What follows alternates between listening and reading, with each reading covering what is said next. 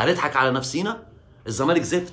بسم الله الرحمن الرحيم، والصلاة والسلام على أشرف المرسلين سيدنا محمد صلى الله عليه وسلم وعلى آله وصحبه أجمعين. السلام عليكم. الزمالك يتعادل مع كايزر تشيفز بهدف لكل فريق في الجولة الثانية من دور المجموعات بكأس الكونفدرالية الأفريقية، والحقيقة إنه تعادل مخيب للأمال. الماتش كان سهل، مكسب كان في إيدك، 3 نقط كانوا في جيبك لحد آخر دقيقتين لولا الخطأ الغير مغتفر من محمد صبحي، خطأ فادح لا يغتفر لمحمد صبحي في البلاس 90، يعني في الوقت بدل الضايع، بيرجع كايزر تشيفز في النتيجه وبيخسرنا نقطتين في غايه الاهميه. والحقيقه قبل ما نتكلم عن صبحي، ومش عايزين نقصه على صبحي لان صبحي عامل موسم كويس قوي، صبحي طول الماتش كان عامل ماتش حلو قوي، لكن الخطا الاخير ده اللي محى كل اللي عمله صبحي طول الماتش. لكن مش هنتكلم عن صبحي قد ما هنتكلم عن الظلم، وان العدل اساس الملك. يعني لما يبقى عندك عواد هو اللي بيلعب الماتشات الاخيره كلها، ومحمد صبحي كان مصاب وبعيد، وتيجي النهارده تطلع عواد بره القايمه وتعمل مشكله وتلاعب صبحي، لازم دي تكون النتيجه الطبيعيه. لازم في الاخر ربنا مش هينصرك طول ما انت بتظلم حد على حساب حد. فانا شايف انه لو هنحاسب حد على خطأ صبحي النهارده، فمش هيبقى صبحي قد ما هيبقى الجهاز الفني اللي قرر واختار ان صبحي يبدا اساسي مش محمد عواد. فالنهارده حقيقي يعني مكسب سهل ضاع من ايدينا، ماتش كان ممكن نكسبه 2 و3 مستريح، ضيعنا فرص كتير. مش هنتكلم على التحكيم دلوقتي، خلي التحكيم في اخر فقره معانا في الفيديو، لان التحكيم في افريقيا كارثه. احمد عبد الرؤوف مدرب الزمالك، واللي انا الحقيقه رغم ان احنا بندعمه، واي حد بيدرب الزمالك واي حد بينتمي للزمالك احنا بندعمه طول الوقت، لكن انا شايف ان المسؤوليه كبيره على عبد الرؤوف، وده مش عيب يا جماعه. انت جبت عبد الرؤوف لفتره مؤقته عشان انت مشيت المدير الفني الاجنبي، المفروض يبقى مؤقت لحين ما نجيب مدرب اجنبي تاني، لانه الزمالك اسمه اكبر بكتير من ان اي مدرب مصري يقود الزمالك، وخصوصا في الفتره اللي احنا فيها اللي مليانه مشاكل.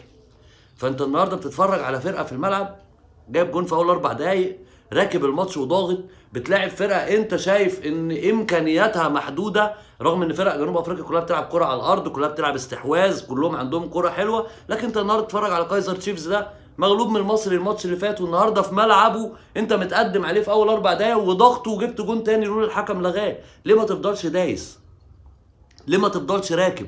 ليه ما تفضلش انت اللي دايس عليهم وزانيهم في نص ملعبهم وبتحاول لحد اخر دقيقه انك تجيب الثاني والثالث والرابع؟ حته ان انا كزمالك اجيب جون في اول 5 دقايق وبعد كده خاف وارجع واسيب الاستحواذ للفرقه اللي بتلعبني، يا جماعه دي مش عندنا احنا في الزمالك. يا جماعه الناس اللي بتيجي تدرب الزمالك دي لو مش فاهمه ومش عارفه يعني ايه زمالك ويعني ايه حجم الزمالك، بالسلامه. كابتن احمد عبد الرؤوف واحد من الناس اللي لعبت في نادي الزمالك وعارف يعني ايه الزمالك ويعني ايه جمهور الزمالك، وان جمهور الزمالك ما بيقبلش بغير المكسب. فما تبقاش كسبان 1-0 وراكب المباراه وترجع تدافع وتسيب لهم الاستحواذ. اي نعم الهدف دخل من خطأ من محمد صبحي، لكن انت قبل الجون كان ممكن يدخل فيك جون و2. انت سبت الملعب كله لكايزر تشيفز ورجعت بفرقتك كلها تحت نص الملعب. فمش طبيعي ان انا هكون بلاعب اي فرقه واتقدم. الكلام ده بيحصل من ايام يانيك فيريرا، ماتش وادي دجله، ماتش الاهلي، ماتش المقاولين، ان انا اجيب جون بدري وارجع بالفرقه كلها دافع. يا جماعه مش احنا يا جماعه، لا انا ادوس واكمل واجيب الثاني والثالث والرابع، لكن ارجع ادافع. فانا بصراحه شايف ان احمد عبد الرؤوف، مع كامل احترامي ليه طبعا، كل الدعم لاي حد بيدرب الزمالك وكل الدعم لاي حد من ولاد الزمالك يشتغل في الزمالك، لكن لما تكون المسؤوليه كبيره عليك مش عيب ان احنا نقول لا خلاص احنا مش قد الحته دي، احنا محتاجين مدرب اجنبي يكون اسم كبير، عنده سي في كبير، راجل عنده تاريخ، راجل درب فرق او منتخبات كبيره، عشان انت بتتكلم على نادي الزمالك. لو مش مقدر حجم الزمالك، الناس اللي بتدير لو مش مقدره ومش فاهمه ومش عارفه يعني ايه زمالك، اتفضلوا مشكورين روحوا، لان العته اللي احنا عايشين فيه ده لا بجد كتير وحرام. احنا تعبنا، انا واحد من الناس من جمهور الزمالك، انا قرفت، انا زهقت. ما ينفعش ان انا كل ماتش ابقى كسبان من اول الماتش وقاعد عارف ان انا في اخر دقيقه هيجي فيها جون. انا قاعد عارف، انا قاعد بتفرج وعارف ان انا هيجي فيها جون. المنظر في الملعب انا عارف ان هيجي فيها جون، تغييرات غلط، تشكيل غلط، ما بتعرفش تمشي الماتش زي ما انت عايز، انت ما بتعرفش تدير الماتش، ما عندكش بلان بي لو انا دخل فيها جون او لو انا جبت جون هعمل انت ما فيش. انا شايف احمد عبد الرؤوف واقف على الخط مش عارف يدير المباراه، مش محضر سيناريوهات للمباراه، وده اللي كنت بقوله ايام فيريرا، انت لازم تبقى محضر كذا سيناريو قبل الماتش. لكن انت بتجيب جون في اول 4 دقايق، ازاي مش محضر سيناريو؟ لان انت لو جبت جون انا بدري هعمل ايه؟ ازاي ما اضغطش اكتر وادفع لعيبتي كلها لقدام اكتر عشان اجيب التاني والتالت؟ يعني انا شايف لعيبه بتتدلع. خوان بيزيرا اللي احنا بندعمه من اول يوم لعيب كويس، لعيب مهاري، لعيب حريف، لعيب صغير، لكن انا مش هقضيها منظره. لو في مدرب واقف على الخط حاسم وقوي وشخصيته قويه، مش كل كره هياخدها بيزيرا هيفكر في الكوبري والتشميصه والترقيصه. انا عايز اجوان يا عم، انا عايزك ترمي لي ثرو يودي سيف الجزيري انفراد ولا عدايه دباغ ولا ايا كان، مع التحفظ على بعض اللاعبين اللي انا مش عايز اتكلم عنهم، لان انا مش عايز اكون قاسي على اللعيبه، مش عايزين ننتقد اللعيبه، لان انت بتتكلم في لعيبه بقى لها 3 شهور ما بتاخدش فلوس اصلا وبتلعب. ففكره ان احنا ننتقد اللعيبه في الوقت ده بالذات انا شايفه انه مش ده الصح، مش ده الوقت المناسب اللي احنا نطلع نتكلم فيه على اللعيبه. نتكلم عن اللعيبه لما اللعيبه تبقى بتاخد حقوقها كامله، لما اللعيبه تبقى مرتاحه تاخد فلوسها، ساعتها انا اقدر انتقد اللعيبه واتكلم عنهم. لكن انت لعيب ما بياخدش فلوسه بقاله 3 شهور، انت حتى مش مديني فرصه ان انا اطلع انتقد ومش عارف اكلم اللعيبه. لكن هرجع اقول لك، لو في مدير فني قوي شخصيته قويه واقف على الخط، مفيش لعيب هيلعب من دماغه، مفيش لعيب هيتكاسل عن انه يؤدي مهامه في الملعب. انا النهارده اتفرجت على كام لقطه للونش كده مكسل يتدخل، وكانت هتتسبب في بلاوي لولا ان صبحي كان صاحي ورجع نام في اخر الماتش. صبحي ما اعرفش لعيبه الزمالك ايه اللي بيحصل لها في الشوط الثاني او في اخر الماتش، ما اعرفش احنا بنفكر في ايه. لكن اللي انا متاكد منه انه احنا بقى عندنا مشاكل كتير قوي، ومشاكل بقت ظاهره للعيان. احنا بندعم، احنا بندافع عنكم طول الوقت، لكن الموضوع خلاص يعني بقى اوفر، يعني مش لاقيين كلام نقوله. هنضحك على نفسينا؟ الزمالك زفت، الزمالك زفت، والزمالك بينهار، والزمالك كل يوم بينزل اكتر من الاول. التحكيم في افريقيا كارثه، يعني بغض النظر بقى عن الاداء الفني والفرص اللي ضيعناها والاجوان اللي ضاعت، وان احمد عبد الرؤوف اقل بكتير من الزمالك، وده الوقت المناسب اللي احنا نمشي فيه عبد الرؤوف ونبتدي ندور على مدرب اجنبي.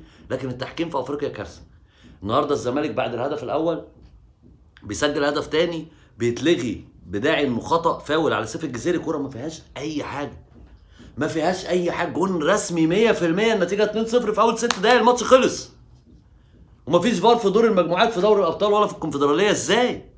ازاي قرب حجم افريقيا وانديه افريقيا ومنتخبات افريقيا والبطولات اللي بتتنظم في افريقيا ومفيش فار في دور المجموعات في دوري الابطال وفي الكونفدراليه؟ يا جماعه احنا بنهزر، يا جماعه احنا بنهزر، يا جماعه. النهارده الزمالك ضربه جزاء ما بتتحسبش لشيكو بنزا في الشوط الثاني، هدف بيتلغي لسيف الجزيري في الشوط الاول، كذا كوره تتحسب تسلل وهي مش تسلل، انفرادات كامله كان ممكن يجي اهداف. يا جماعه لصالح مين ده؟ يا جماعه التحكيم في افريقيا كارثه. امبارح بتتفرج على ماتش الاهلي والجيش الملكي المغربي، كوارث. حكم عمل كوارث امبارح في ماتش الاهلي، مش على الاهلي بس، الاثنين. امبارح الحكم كان عنده اخطاء فجه في الماتش على الاهلي وعلى الجيش الملكي، رغم ان انا شايف ان الجيش الملكي اتظلم اكتر من الاهلي امبارح. يعني امبارح الجيش الملكي ليه جون في الشوط الثاني اتلغى بداعي التسلل، هدف 100%، واي حد يقول غير كده ما بيفهمش كوره او بيضلل نفسه. هدف 100%. ضربه الجزاء اللي اتحسبت للجيش الملكي في الشوط الاول اتسجل منها جون، مش ضربه جزاء.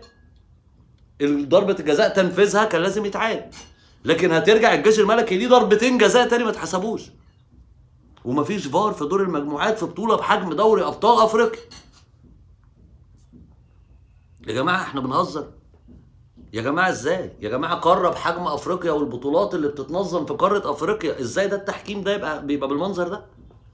اذا انا النهارده لما انا يتلغي لي جون في الشوط الاول بتاع سيف الجزيري يتحسب فاول وهو مش فاول، وما يتحسبليش ضربه جزاء في الشوط الثاني، وفي الاخر يدخل فيها جون في الدقيقه حاجه و90 واطلع خسران نقطتين. ما انا الجون الاولاني ده لو اتحسب بتاع الشوط الاول ما انا كنت طلعت كسبان الماتش وخدت 3 نقط مرتاح. فانا النهارده انا خسرت نقط بفعل فاعل بسبب الحكم، بسبب اخطاء تحكيميه. دي فضايح، دي كوارث. ده احنا افريقيا احنا بنتكلم في الكلام ده من سنه 99. التحكيم وافريقيا والملاعب والجماهير والشغب، بنتكلم في الكلام ده من التسعينات.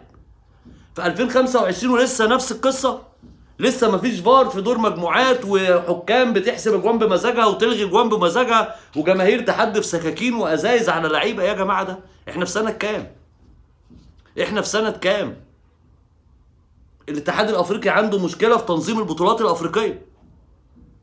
الاتحاد الافريقي بيجامل ناس على حساب ناس متعمد. فانا مش عارف والله اللي بيحصل ده لمصلحه مين ولا ايه الهدف منه، انا مش فاهم. لكن هرجع اقول لك قدر الله ما شاء فعل.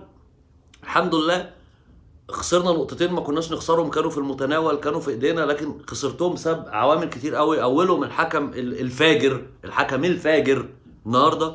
تانيهم ان احمد عبد الرؤوف مدرب اقل من الزمالك بكتير.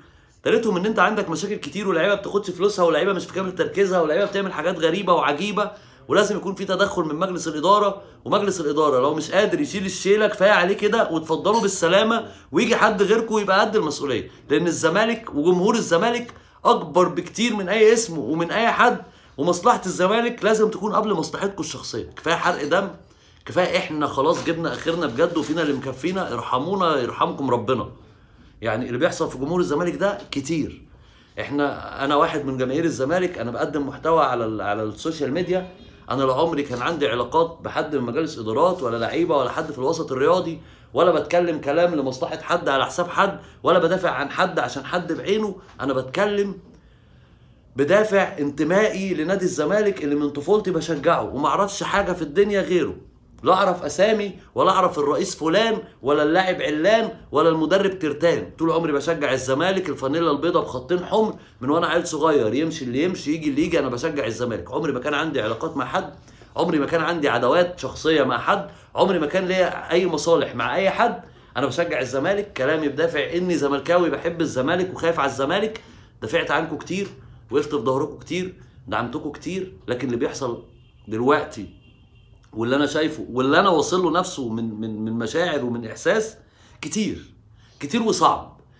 يعني لو حد زعلان مني في كلامي، معلش. انا اعصابي مشدوده، متوتر، زعلان على الماتش، زعلان على الشكل، زعلان على الماتشات والبطولات اللي بنخسرها بلا داعي، بلا داعي، وبتبقى في ايدينا وبتبقى قريبه وبتبقى سهله. فبجد حرام يعني، ارحمونا بجد، لان احنا جبنا اخرنا.